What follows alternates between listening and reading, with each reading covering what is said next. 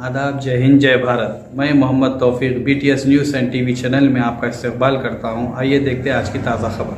Okay so ఈరోజు morning 5:30 నుంచి హైదరాబాద్ కమిషనరేట్లోని ఏసీపీ సిసిఎస్ డిటెక్టివ్ డిపార్ట్మెంట్లో వర్క్ చేస్తున్న శ్రీ టి ఉమామహేశ్వరరావు గారి ఇంటిపైన, వారి బంధువుల ఇంటిపైన, close associates residences and offices location పైన అరౌండ్ 11 ప్లేసెస్లో సెర్చెస్ చేయడం జరిగింది. ఆయన పైన అభియోగాలు రావడంతో ఆదాయానికి మించిన అక్రమ ఆస్తులు ఉన్నాయన్న నేపథ్యంలో ఇవి సెర్చెస్ చేయడం జరిగింది.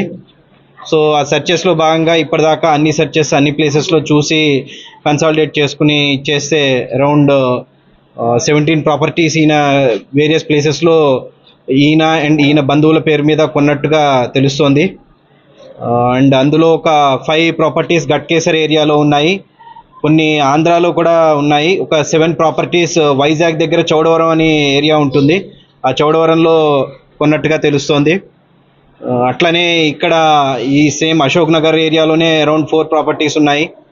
షామీర్పేటలో ఒకటి, కుక్కట్పల్లిలో ఒకటి, అండ్ ఆల్సో మెడ్చల్ మర్కాజ్గిరి అటువైపు కూడా ఒకటి అన్నట్టు పర్చేస్ చేయడం జరిగింది.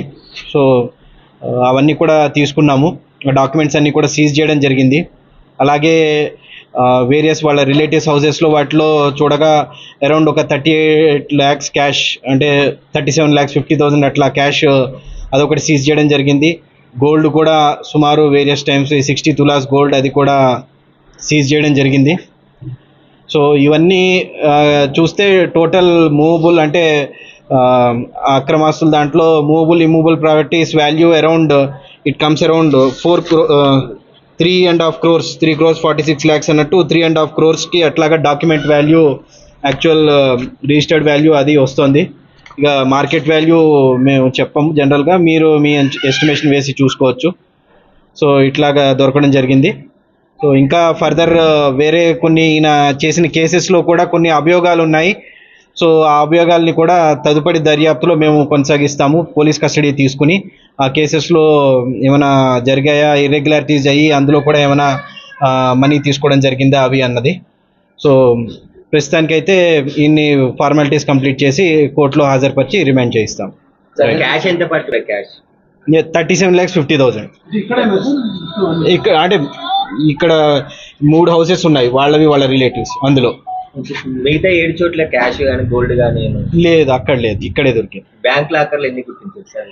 లాకర్లు కొన్ని దొరికాయి, అరౌండ్ 2 లాకర్స్ దొరికాయి. సో అవి ఇంకా చూడాలి, ప్రస్తుతం సిబ్బంది అంతా ఇక్కడే ఉన్నాం కాబట్టి రేపెల్లుండిలో అవి వెరిఫై చేస్తాం, అవి ఫ్రీజ్ చేయించేసాం.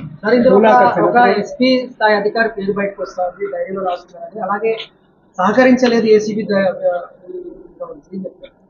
అదే అంటే పేరు వచ్చింది కేవలం అది ఎస్పీ అని, అదే అని కాదు, పేరు కేవలం అలా వచ్చింది. ఆ పేరు ఎవరిది ఏంటి అనేది డీటెయిల్స్ ఫర్దర్ చూడాలి. ఆ డీటెయిల్స్ చెప్పలేదు, దానికి మాకు సహకారం అందించలేదు ఈయన.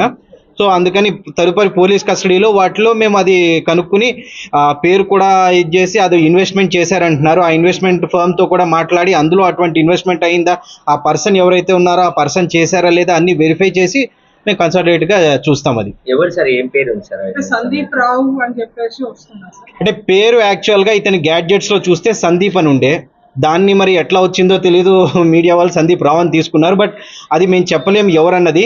సో అందుకోసమే అన్నాం కదా, కేవలం ఆ పేరు వచ్చింది, ఆ పేరుతో చాలామంది అధికారులు ఉన్నారు, అవన్నీ వెరిఫై చేసి ఇతన్ని కూడా ఎట్లాగా పోలీస్ కస్టడీ తీసుకుంటాం కాబట్టి అప్పుడు కూడా వెరిఫై చేసి ఫుల్ ఫ్లెడ్జ్గా చేసుకుంటాం. వ్యాపారాలు ఏమైనా గుర్తించారు సార్? ఇంకేమైనా రియల్ ఎస్టేట్ లో పెట్టుబడులు పెట్టారంటున్నారు సార్?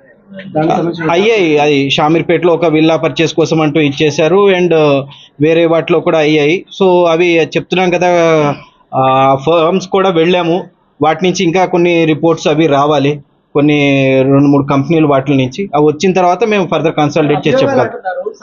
ఎవరి నుంచి ఎంత తీసుకున్నారు ఏంటి అన్నది అయితే ప్రస్తుతానికి మేము చెప్పలేము. ఆఫీస్లో కూడా టీం ఉంది, మీకు తెలిసి ఉంటుంది, సిసిఎస్ ఆఫీస్లో. ఈ కేసు ఇంకొక కేసు కూడా మా దృష్టికి వచ్చింది. ఆ కేసులో కూడా ఒక ఎన్ఆర్ఐ ఇన్వెస్ట్ చేసిన కేసులో కూడా కొన్ని అభియోగాలు వచ్చాయి, ఎఫ్ఎంసీజీ ఇన్వెస్ట్మెంట్ ఏదో చేసిన దాంట్లో అన్నది. సో ఆ కేసెస్ వివరాలు తీసుకుని తర్వాత వాళ్ళని పిలిపించి ఎగ్జామిన్ చేసి ఏమైనా అయ్యిందా మీరు అన్నట్టు అన్నవి వెరిఫై చేస్తాం. అరెస్ట్ చేశారు సార్? చేస్తాం, చేస్తాం, తీసుకెళ్తాం. ఇప్పుడు తీసుకెళ్ళి రేపు మార్నింగ్ అట్లాగా కోర్టులో హాజరుపరుస్తాం. సార్ ఇతని బ్యాచ్మెంట్స్ కూడా కొందరితో కలిసి రియల్ ఎస్టేట్ లో పెట్టుబడి సంబంధించిన ఫోన్ నెంబర్ అట్లా రాశారా? ఇట్లా ఏం చెప్పలేదు. లేదు, అట్లా ఉంటే కన్ఫర్మ్ అయ్యేది కదా, ఏం లేదు, జస్ట్ పేరే ఉంది. అందుకని చెప్పి మేము ఏం కన్ఫర్మ్ చేయలేకపోతున్నాం. అది డిపార్ట్మెంట్ కి సంబంధించిన అది కూడా అదే తెలియాలి కదా, జస్ట్ అదే పేరు ఉందని చెప్పాను నేను, సందీప్ అని చెప్పని. సో అది ఏంటా అన్నది ఫర్దర్ ఇన్వెస్టిగేషన్లో తిను కూడా మాకు చెప్పలేదు. సో అందుకని చెప్పి ఆ గ్యాడ్జెట్ ఆ డేట్ అందుకనే అన్నాను, ఒక ఫర్మ్లో అంటున్నారు, అందులో మేము వెరిఫై చేసి అది ఎవరా పోలీస్ అధికారా వేరే ఎవరా ఏంటా అన్నది డీటెయిల్స్ తెలుసుకుని ఫర్దర్గా మేము ఇచ్చేస్తాం. కుటుంబస్తులపై ఎన్ని ప్రాపర్టీస్ ఉన్నాయి? Only family. ఫ్యామిలీ పైన ఉన్నాయి, ఇక స్పెసిఫిక్ మేము చెప్పలేము, ఉన్నాయి వేరియస్ రిలేటివ్స్ పైన. సార్ ఇంకా రైట్స్ అవుతున్నాయా? ఆల్మోస్ట్ క్లోజ్ అయ్యి ఇంకొక వైజాగ్లో కూడా ఆల్మోస్ట్ వైజాగ్లో కూడా 2-3 ప్లేసెస్లో కూడా చేయడం జరిగింది. నేను చెప్పిన 11 ప్లేసెస్ కాక వైజాగ్లో కూడా జరిగాయి. వైజాగ్లో కూడా చెప్పా కదా, ఆ చౌడవరం ఆ ప్లేసెస్లో అట్లాగే అరౌండ్ 7 ప్రాపర్టీస్ టోటల్. అంటే ఈవెన్ అక్కడివి కూడా కలుపుకుంటే it will be around 14 places. Okay.